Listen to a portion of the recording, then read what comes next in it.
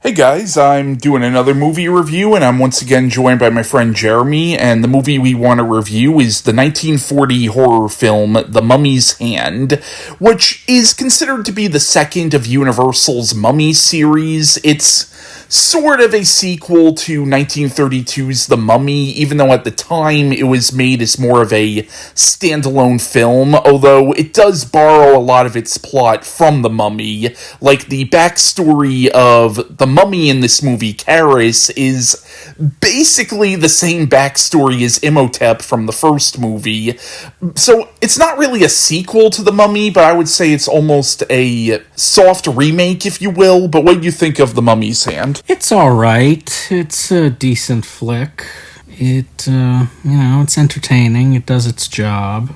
Yeah, that's about all I have to say about it. It's a solid little horror film, but it's nothing great or spectacular by any stretch of the imagination. So, the plot of The Mummy's Hand is we follow these two archaeologists who convince this famous magician to help fund an expedition to find the tomb of an ancient Egyptian princess. Much to the displeasure of the magician's daughter, who thinks that this whole expedition is a scam and thinks that these guys are just trying to swindle her father out of their money. But they end up uncovering the tomb, not of this princess, but of an ancient Egyptian high priest named Kharis, who we learn was actually mummified alive. But in the movie, there's a cult who worship the ancient Egyptian gods, and they end up bringing Kharis to life to punish these people for attempting to defile the tomb of the princess. The characters are fun, I would say. Like, the film's very comedic, like, especially the partner of the main archaeologist in the film. I got a real Lou Costello vibe from him, honestly. Like, he almost feels like a character out of a straight comedy, but what do you think of him? And what do you think of the characters in general in this one? Well, I agree with you about the Lou Costello thing. They're alright. Bumbling sidekick, he stands out, I think, and so does the magician, who they go to get the money from.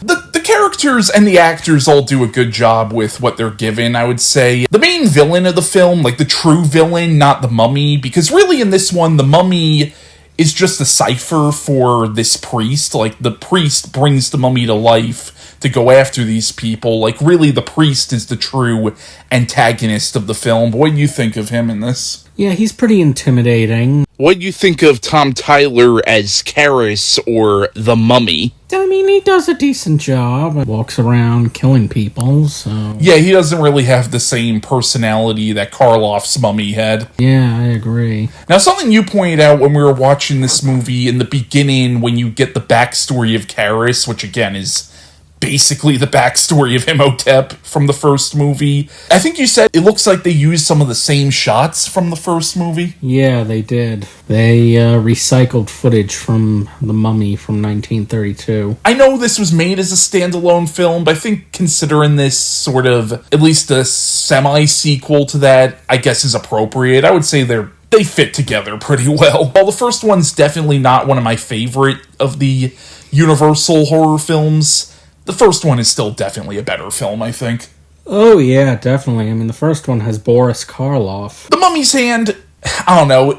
I liked it, but I didn't love it. The film, it is what it is. Like, as you can see, me and Jeremy were kind of, like, struggling to really say anything about it other than it's alright. You know, it's an alright little horror film. Check it out. Now, it should be noted that Hammer's version of The Mummy technically does take more from this movie than it does the Boris Karloff film, because the mummy in that film, played by Christopher Lee, actually is called Kharis. So yeah, that was my review of The Mummy's Hand, and my next movie review will be on 1942's The Mummy's Tomb.